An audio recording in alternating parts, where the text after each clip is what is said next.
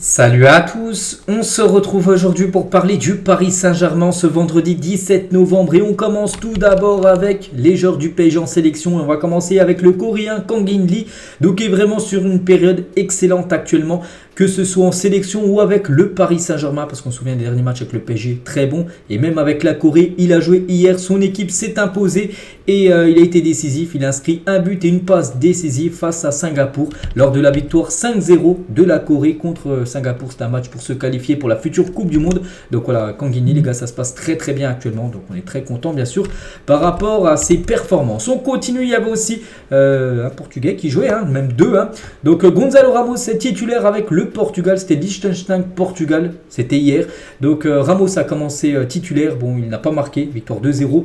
Vitinha par contre est sur le banc des remplaçants. Il est rentré en cours de jeu, il a joué les 23 dernières minutes. Vitinha et le Portugal s'est imposé 2-0 contre le Liechtenstein. Donc félicitations bien sûr aux deux Parisiens. On continue les gars, on va parler de l'Uruguay, bien sûr, l'Uruguay de Ugarte contre l'Argentine et l'équipe de Ugarte s'est imposée 2-0.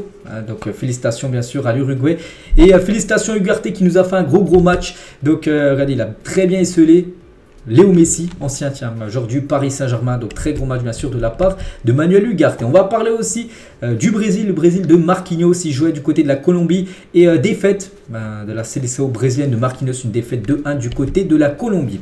Et on va féliciter également Milan Skriniar, pourquoi? Parce qu'hier la Slovaquie s'est imposée et du coup ils obtiennent leur billet, leur ticket pour jouer l'Euro. Donc félicitations à Milan Skriniar qui se qualifie pour l'Euro 2024 avec son pays, la Slovaquie. Donc voilà tout ce qu'il y a à dire concernant les joueurs du PSG qui ont joué la nuit dernière ou la journée d'hier. On continue la une aujourd'hui du journal L'équipe, ça parle du jeune parisien, le jeune Warren Zaïre-Emery, un rêve bien réel pour lui. Et si on zoome un petit peu sur cette une, à 17 ans et 8 mois, Warren Zaïre-Emery devrait décrocher demain sa première sélection avec les Bleus, une précocité rare.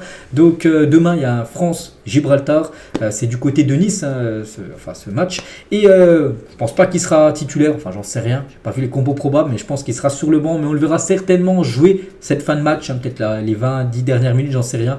Et bien sûr, ça sera sa première sélection en équipe de France pour le jeune joueur de seulement 17 ans et 8 mois. C'est fou, Et hier, il était en conférence de presse. On va revenir sur quelques déclarations qu'il a pu faire, le jeune Warren. Donc tout d'abord, c'est toujours un plaisir d'être en équipe de France A. Je suis très fier, très content de représenter mon pays. Je donnerai tout pour la France. Donc voilà déjà ce qu'il peut dire. Toujours avec Warren.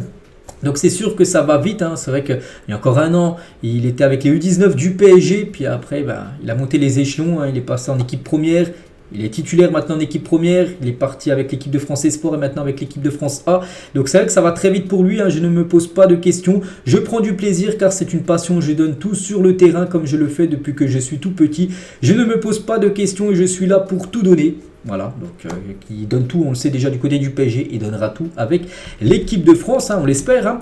Toujours avec lui, donc par rapport à ses études, parce qu'oubliez pas qu'il a seulement 17 ans, donc il est encore à l'école, en fin d'année, là il passe le bac, donc il a dit je fais mes cours en même temps, donc il fait foot, plus école, voilà, plus études. Donc voilà, ces journées sont très très chargées. Par exemple, hier, je faisais mes cours d'espagnol. J'essaie de m'organiser dès que j'ai du temps. Je fais mes devoirs. J'essaie d'alterner les deux du mieux possible. Donc le foot plus l'école. Mes notes du bac français, 10 à l'oral et 12 à l'écrit ou l'inverse, je ne sais plus. Mais même s'il sait qu'il va certainement, enfin c'est sûr, faire une carrière dans le football, il va gagner beaucoup d'argent, grâce certainement, enfin, c'est sûr, grâce au foot. Mais voilà, il veut quand même passer ses examens, son bac surtout qu'il veut absolument avoir, et on peut comprendre bien sûr, on lui souhaite qu'il puisse avoir son bac dans cette année un peu spéciale pour lui, parce que la plupart des élèves sont qu'à l'école alors que lui vraiment il a une carrière de footballeur. Quand même, il joue en sélection et avec le Paris Saint-Germain, il fait des longs déplacements, tout ça. Mais voilà, il sait qu'il doit se concentrer aussi avec l'école. Donc, toujours avec lui sur comment il est médiatiquement surexposé. Vu qu'on parle beaucoup de lui actuellement, il a dit médiatiquement, il y en a un peu beaucoup, mais c'est flatteur. Je suis très content. Ma famille m'a dit qu'on parlait beaucoup de moi. Eux-mêmes pensent que c'est trop, tout simplement. C'est vrai que vu qu'il est jeune, tout ça, on parle beaucoup de lui en France et même à l'étranger par rapport à son jeune âge. Toujours avec lui, il a dit mes coéquipiers du PSG, parce que il y en a pas mal de Parisiens du côté de l'équipe de France. Il a dit ce sont des très bonnes personnes, ils m'aident au quotidien, mais même les autres sont là pour me parler, me mettre à l'aise. Je suis très heureux que ça se passe comme ça. Ça se passe très bien pour l'instant. Toujours avec lui, il parle aussi Thierry Henry.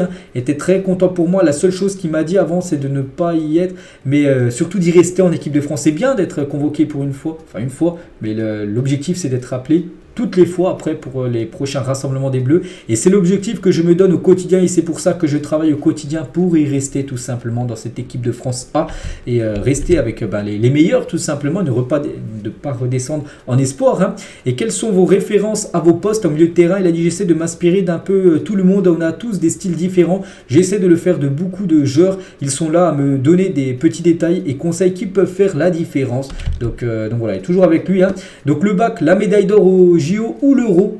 L'été prochain, il a dit je ne vais pas faire de choix, je vais prendre les trois, c'est l'objectif, on verra. C'est que l'été prochain, ça sera un gros été pour lui. Déjà son bac qui va devoir passer, les Jeux Olympiques qui va certainement jouer avec l'équipe de France olympique on peut dire, et l'Euro, s'il est dans le groupe A de l'équipe de France, il y a l'Euro également. Donc voilà, c'est vrai qu'il y aura quand même pas mal de gros trucs à faire l'été prochain. Et Upamecano, tiens, un joueur il joue au Bayern, mais un joueur français sur Warren Zemi, il a dit il a la tête sur les épaules, je pense qu'il a fait plus de 40 matchs avec le PSG, je pense qu'il doit rester comme il est.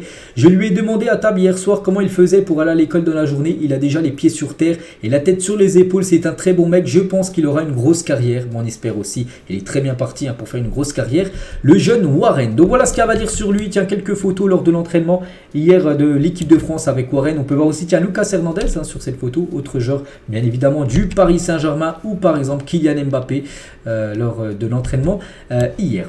Toujours tiens avec Kylian, donc et le PSG se sont mis d'accord pour que le Français ne reçoive pas une partie de l'argent que lui doit le club, soit environ 80 millions d'euros. Normalement le PSG devait 80 millions d'euros à Kylian Mbappé, c'est des primes de fidélité, plein de trucs en gros. Et Mbappé est prêt à mettre une croix sur ça. Donc ça c'est une bonne nouvelle pour Paris bien sûr. Donc Paris souhaite toujours prolonger le Français qui a toujours son destin entre ses mains. Donc voilà, concernant Kylian Mbappé, il devrait renoncer à quand même une grosse somme d'argent et ça c'est bien. Et Jérôme Roten hier sur son émission Roten sans flamme sur l'avenir de Kylian Mbappé, donc lui il dit que vraiment Mbappé il peut rester au PSG, c'est une certitude, il n'a pas encore pris sa décision, il ne sait pas aujourd'hui s'il va rester ou partir. Quand je le vois et que je l'entends avec ses coéquipiers, il est beaucoup plus heureux que l'année dernière, où peut-être il y avait Messi, Neymar, des gros égos, enfin pas des gros égos, mais des stars, alors que maintenant c'est vraiment lui la grosse star, on peut dire, du côté du PSG, et il dit qu'en gros il le voit beaucoup plus heureux là, cette saison, que la saison dernière. Donc il y a quand même des signes qui ne trompent pas, Tout peut se passer aujourd'hui, j'ai un ressenti, je pense que tout ce qui se passe au club aujourd'hui est en train de lui faire plaisir, il retrouve certainement un épanouissement et qu'il avait un peu perdu sur les derniers mois au Paris Saint-Germain. Donc voilà, c'est vrai que s'il se plaît bien, s'il est heureux au PSG, on se dit qu'il pourrait prolonger du côté du Paris Saint-Germain. Et pour l'instant, Roten dit que vraiment c'est du 50-50, même si on le voyait plus quitter le club de Paris. Enfin pour Roten, lui vraiment c'est 50-50. Il peut bien sûr partir, mais il peut pourquoi pas prolonger du côté de Paris. En parlant de prolongation du côté du PSG, lui c'est aussi bien parti, c'est le grand copain de Mbappé, on sait, c'est Hakimi. Et son agent, il s'appelle Alejandro Camano, l'agent d'Hakimi annonce que le PSG souhaite prolonger le Marocain. Je peux garantir que le PSG parle de continuer avec Achraf Hakimi pour une longue période. Il a rendu les fans de l'Inter Milan heureux dans le passé, mais je pense que c'est une histoire terminée. Donc ça sera un très beau coup, il est vraiment bon cette saison bien sûr. Achraf Hakimi, et d'après son agent il connaît bien sûr, il y a des contacts entre lui et le PSG. Donc en gros le PSG devrait proposer quelque chose à Hakimi pour le prolonger. Déjà, n'oubliez pas qu'il a un contrat encore long, il a un contrat encore jusqu'en 2026, encore 2 ans et demi de contrat, et il pourrait de nouveau reprolonger, je sais pas, jusqu'en 2028, 2029, j'en sais rien, mais voilà, actuellement, ce qui se dit autour d'Achraf Hakimi. On finit les gars cet épisode aujourd'hui avec Hugo Ekitike parce qu'on voulait savoir aussi qu'est-ce qu'allait faire l'attaquant parisien qui a joué aucune minute cette saison et il s'est fait l'idée de quitter le Paris Saint-Germain. Voilà, il s'est dit il y a l'Euro en plus l'été prochain, enfin peut-être pas l'Euro, il va pas jouer l'Euro avec l'équipe de France, mais il y a plutôt les Jeux Olympiques et c'est un joueur de l'équipe de France Espoir. Donc s'il veut jouer, il doit jouer. Enfin s'il veut jouer les JO, il doit jouer en club. Et du coup l'attaquant français dans le viseur de Newcastle qui pourrait le relancer aussi. West Ham et Crystal Palace suivent le dossier concernant Hugo Ekitike. Ça peut être un prêt, ça peut être aussi un transfert sec, donc elle devrait quitter le Paris Saint-Germain en janvier prochain. Donc voilà les gars ce qu'il y a à dire sur le Paris Saint-Germain, j'espère que ça vous a plu. On se retrouve demain samedi pour le prochain numéro. À demain.